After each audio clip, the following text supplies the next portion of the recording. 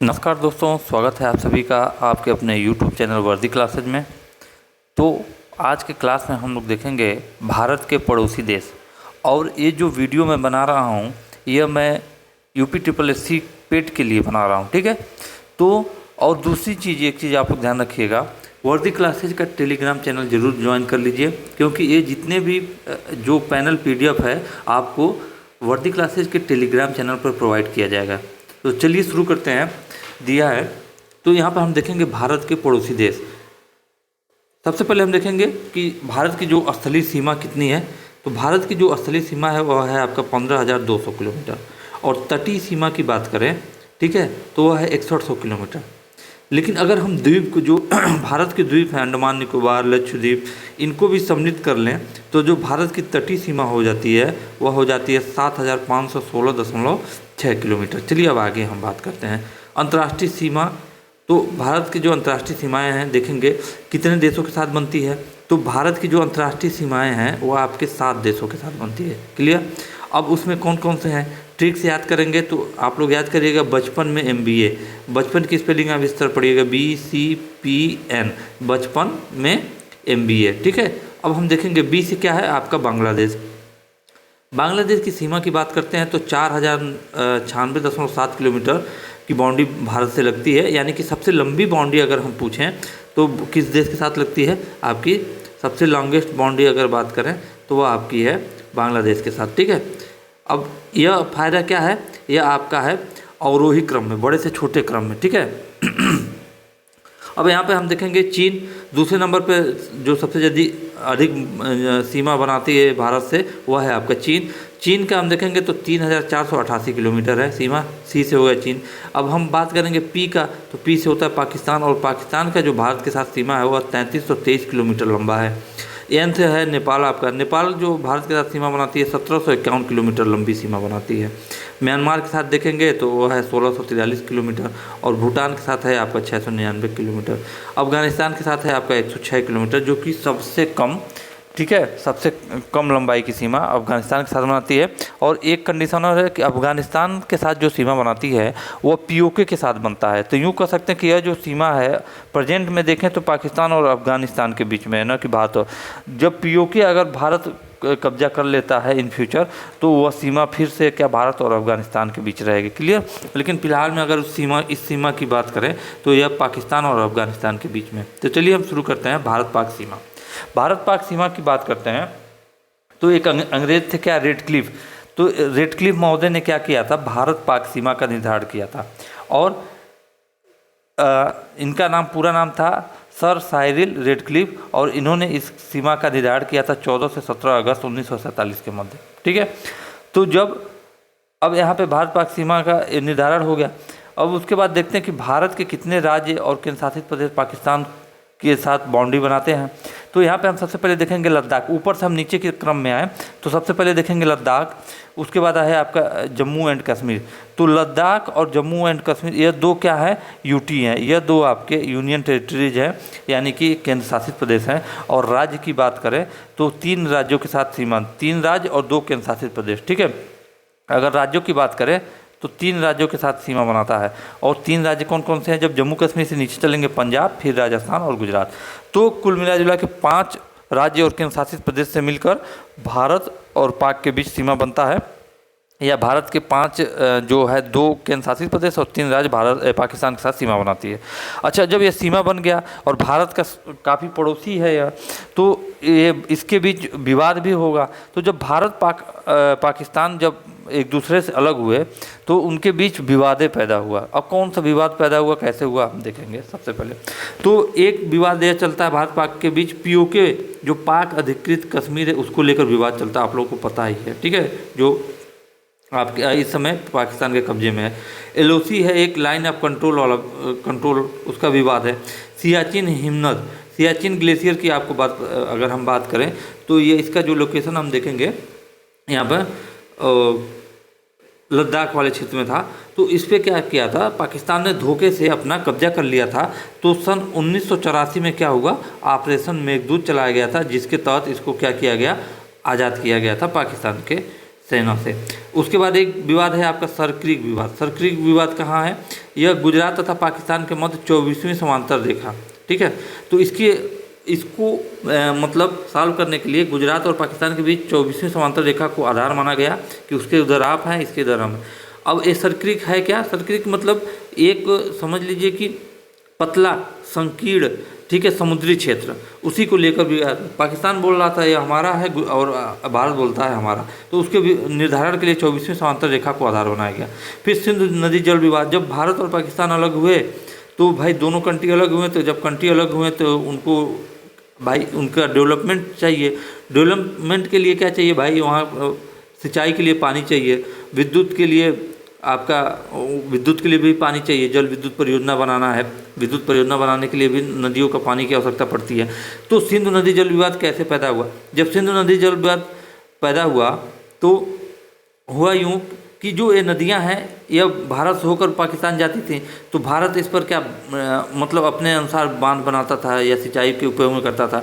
तो पाकिस्तान को अब जैसे कभी पानी की अधिकता हुई, बाढ़ की स्थिति आई, तो भारत ने पूरा पानी खोल दिया, पाकिस्तान डूबने लगा। कभी कभी सूखा पड़ा, भारत ने बांध बंद कर रखा है, पानी स्टोरेज कर रखा है, पाकिस्तान में सूखा पड़ गया। तो इन सब समस्याओं को देखते हुए पाकिस्तान जो था वो विश्व बैंक के पास चला गया, ठीक है। यह कभी मत गलती करिएगा कि जो पाकिस्तान था इस सिंधु नदी जल विवाद के लिए किसको लेकर गया, इसको यूनाइटेड नेशन में ले गया, नहीं, वो विश्व बैंक के पास गया।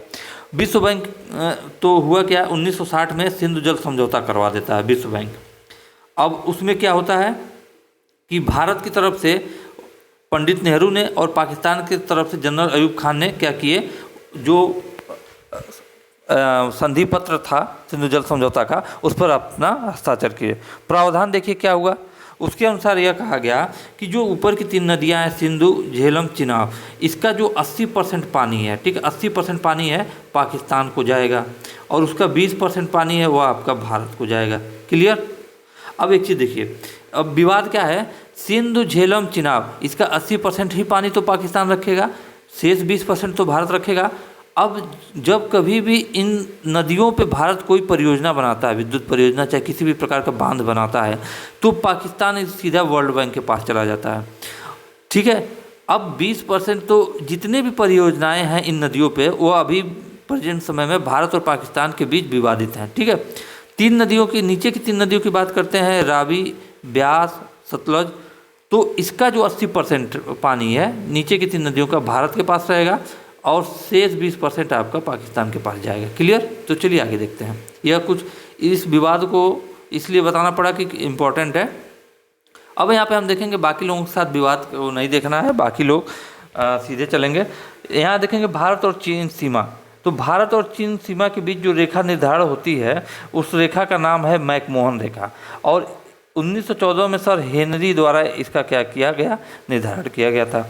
अच्छा, भारत देखिए कितने राज्यों और केंद्र शासित प्रदेशों से लगता है। चीन भारत के, तो सबसे पहले वो लगता है लद्दाख के साथ। लद्दाख आपका क्या है, एक केंद्र शासित प्रदेश है, तो चीन की सीमा लद्दाख के साथ बनती है।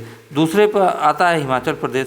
चीन हिमाचल प्रदेश के साथ भी सीमा बनाती है, उत्तराखंड के साथ बनाती है, सिक्किम के साथ बनाती है और अरुणाचल प्रदेश के साथ बनाती है। तो टोटल 5 राज्य और केंद्र शासित प्रदेश हैं जो भारत और चीन के सीमा पर स्थित हैं, ठीक है। तो कहने का मतलब है लद्दाख यूनियन टेरिटरी है, तो चीन जो है एक यूनियन टेरिटरी या केंद्र शासित प्रदेश और 4 राज्यों के साथ, भारत के 4 राज्यों के साथ सीमा बनाती है। अब भारत नेपाल सीमा देखेंगे, तो भारत नेपाल सीमा में हम देखेंगे, एक है आपका उत्तराखंड, दूसरा है आपका उत्तर प्रदेश, तीसरा आपका है बिहार, चौथा है आपका पश्चिम बंगाल और 5वां है आपका सिक्किम। तो ये भी 5 राज्यों से, इसमें कोई भी केंद्र शासित प्रदेश नहीं है, 5 राज्यों से क्या करती है, सीमा बनाती है। अच्छा, एक इम्पॉर्टेंट करिएगा, इनके बीच करंट अफेयर्स का भी सब्जेक्ट था। विवाद क्या था, लिपू लेक और काला पानी विवाद, ठीक है। लिपू लेक काला पानी विवाद एक किसके किसके बीच है, कभी प्रश्न सीधे आ जाता है एग्जाम में। तो लिपू लेक और काला पानी विवाद जो है आपका, यह आपका भारत और नेपाल के बीच में। चलिए आगे हम देखेंगे भारत म्यांमार की सीमा। तो भारत म्यांमार की सीमा में तो यह है आपका किससे किससे सीमा बनाता है, अरुणाचल प्रदेश से, सिक्किम से, फिर उसके बाद पश्चिम बंगाल से और फिर आपका असम से। क्लियर? और यहाँ पे अगर एक चीज़ हम देखें, ये चूँकि जो म्यांमार है यह आपका गलत है, ठीक है।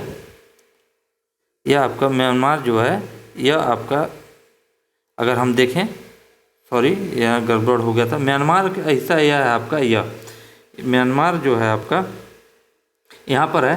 तो म्यांमार के साथ जो सीमा बनाता है, एक तो है आपका अरुणाचल प्रदेश, दूसरा है नागालैंड, तीसरा है मणिपुर, चौथा है मिजोरम। ये 4 राज्य हैं, ठीक है। तो यहाँ पे इनको हम लिखते हैं, इसको हम करेक्ट करते हैं। तो इसको याद करने के लिए क्या करिएगा, यहाँ पर जो है अरुणाचल प्रदेश है, दूसरा आप देखिए, इनको ट्रिक से याद करिएगा अरुणा मामी से, ठीक है। किससे याद करिए, अरुणा मामी,